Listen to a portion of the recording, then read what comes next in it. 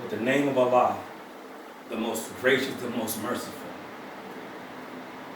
the eternal, the absolute deity who deserves all worship.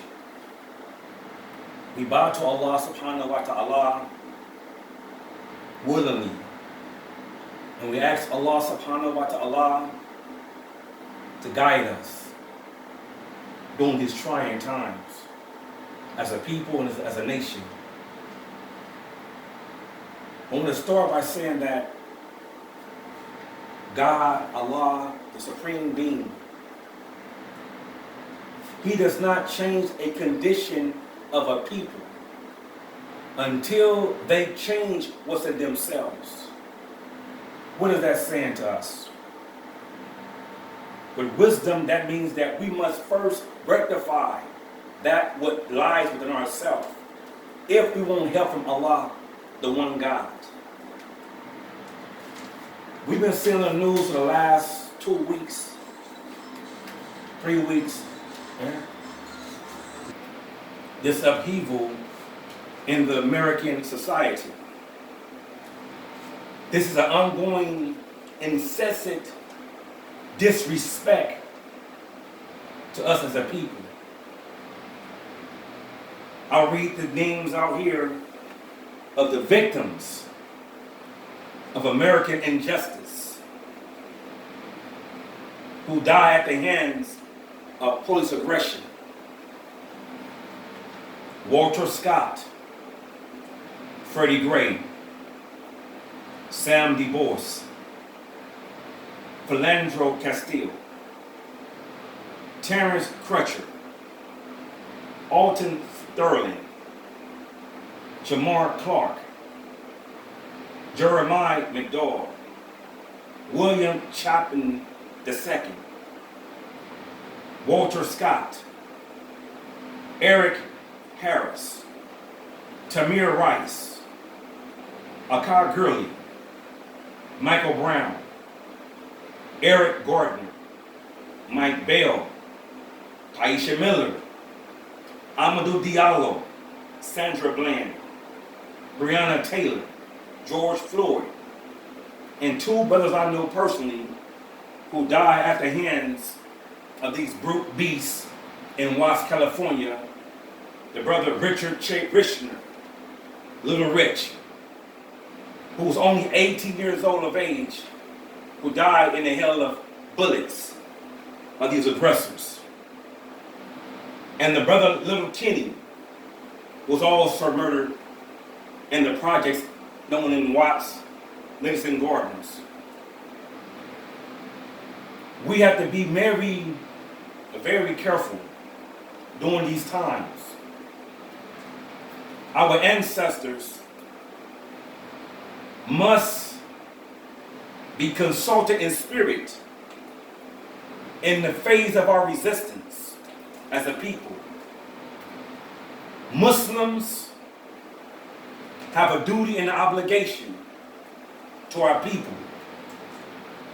We must lead the way in example and show them how to challenge oppression by using the book of Allah, the Quran, in the Al debate, the Imams. Give them instructions timely and give them success in our march towards progression. This is an article in the Washington Post who said the police have murdered 1,000 human beings per year. They shot 5,000 people. 5,000 since 2015. With all their promises, all their reforms, they say, they claim or profess off their tongue what they're going to do for the people, especially those who are African Americans. And there was no change because 1,000 died per year. What reform changed anything with Black Death? Absolutely nothing. In Los Angeles, California, the land of the bread, the bag, the money, endeavors for material acquisitions. All people of the world flock to America but particularly Los Angeles, Hollywood. The mirage, the false pretense of success. They come here. They work hard. Some have different avenues to get their money from those in power in that Hollywood setting. They have an easy road to success. Many don't be successful. They go on years trying to make it and get that bag, and they fail in getting that bag, end up on alcoholism, prostitution, drug addiction. Look in the media, the stars. How many have failed or succumbed to drug addiction in the Hollywood dream or the American dream? My mentor, my God, my brother, Malcolm X, said one thing very pertinent. He had never experienced the American dream. Paraphrasing, he only experienced the American nightmare in this country as an African, as a black man. So Islam gave the brother courage to challenge tyranny, injustices as a Muslim. So we are here today in 2020 fulfilling prophecy of Brother Malcolm. What was that prophecy? He said that there's a generation coming after him who will not be passive, who will not turn the other cheek from their oppressor, but who will engage them in conflict. Alhamdulillah, we are that generation, me, myself, and other young ones. In the spirit of our ancestors, we are those who will resist white supremacy to dismantle from the earth. Our ancestors have paved the way for us. Many have paved the way through protesting, pleading, begging, trying to integrate into shaitanic systems. They have never received that justice from the American nightmare they experience. Lynching was the thought of the past. A young black man was lynched 2 days ago. 2 days ago from a tree. This in 2020 by racists. We're seeing constantly, even after George Floyd murder on national TV, we still see aggression upon the people of African descent in America. More death, more castigation, more murder, more bloodshed spilling in the streets of America by aggression. So how do we resolve that contradiction? We have to be very honest with ourselves as a people. No change comes through sitting in chairs trying to romanticize struggle. Our mentor said this, Malcolm X. You cannot get your freedom by singing revolution. That Cassius Clay, our brother Muhammad Ali, did not become a champion of the world by singing. Brother Cassius Muhammad Ali became the victor, the winner with triumphancy by swinging. Listen to me carefully, people. Listen to me carefully. We have many sheroes and many heroes in our tradition of resistance who went to the gallows with pride and honor at the hands of their captors and their open enemy for 440 years. We have to have courage. We have to have God's wisdom and instructions timely, how to move and engage this 440-year-old enemy. Reparations overdue. Equality past due. Freedom past due. Justice passed due. So what's the next phase? What are we going to do as a people, as leadership? What are we going to do? Pass the same old tradition and the same old course down to our babies, begging for their justice, begging for their freedom, begging for their equality. What will we do as leaders?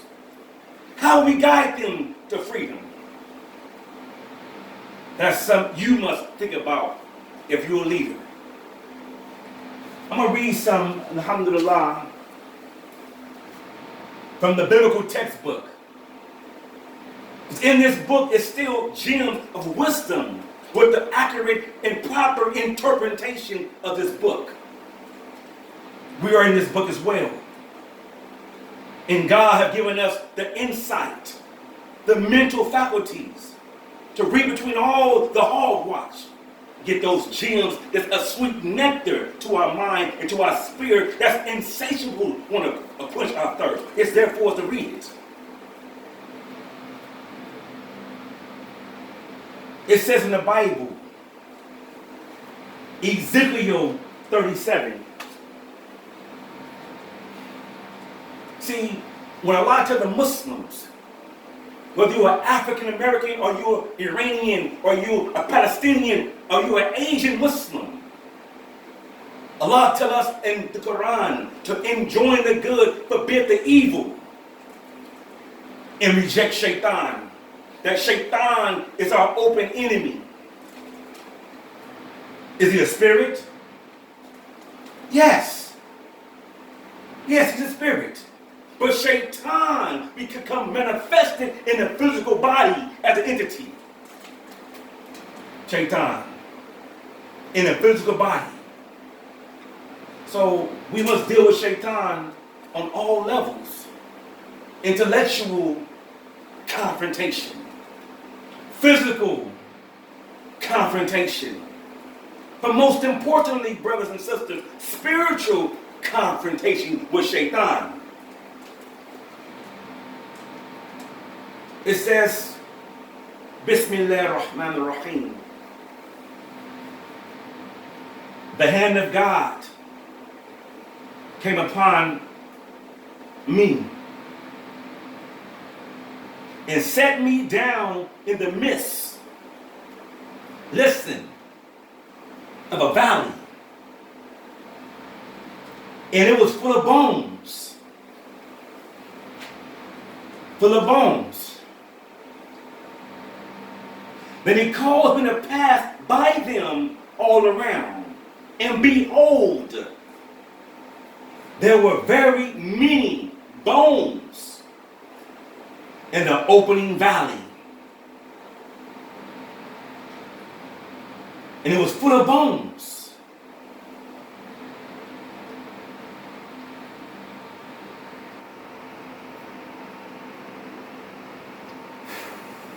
Alhamdulillah. Wa Allahu Akbar. Then he caused me to pass by them all around these bones. And behold, they were very many in an open valley. And indeed, they were very dry. That's deep. All these bones that Allah put him in the midst of. They were very dry. Aren't you, the people of our descendants, dry? As you dry, have you received anything wet, moist, like equality, freedom, justice?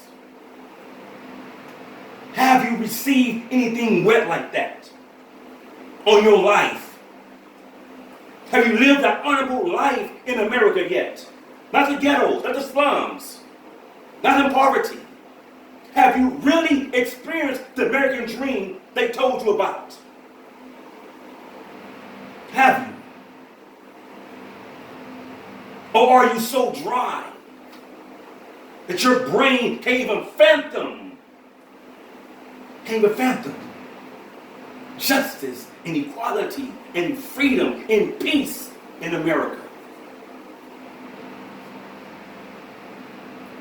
It says also, moving on, and Allah said to me,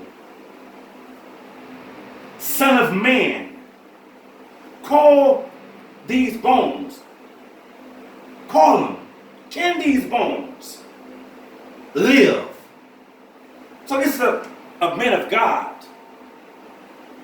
who said Allah put him amongst these people, these bones that's dry, broke down, in poverty, living in indecent and impoverished conditions, disenchanted, disenfranchised as a people. Allah asked them, look at them. They're all around you in the valley. Can they live? Is any life in them after 440 years of oppression at the hands of American system of injustice? Is there any life in these bones? What did he say?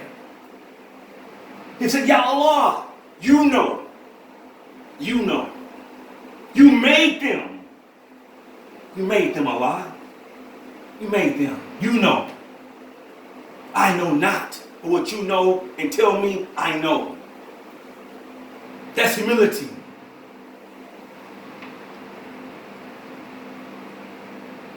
It says, Allah said again to me, prophecy, dawah, talk, converse to these bones. Talk to them, these people, with my truth. Not their enemies' so-called truth that's whitewashed, but my truth. Talk to them in my spirit, O Son of Man.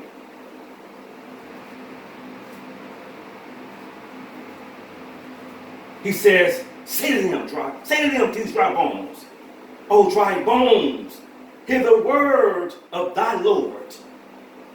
See, when we talk to our people or any other human being with truth, when they're dead, they have lost hope in themselves. They don't even know themselves. You of our people have been robbed and spoiled by your open enemy. How is that? How were you robbed and spoiled? You were robbed and spoiled of your knowledge of self, your religion, your culture, your God, your humanity. And they gave you another mind of a slave. SubhanAllah. You came here as a free man from Africa. Through their process of brainwashing you for 440 years, miseducation, you start hating yourself.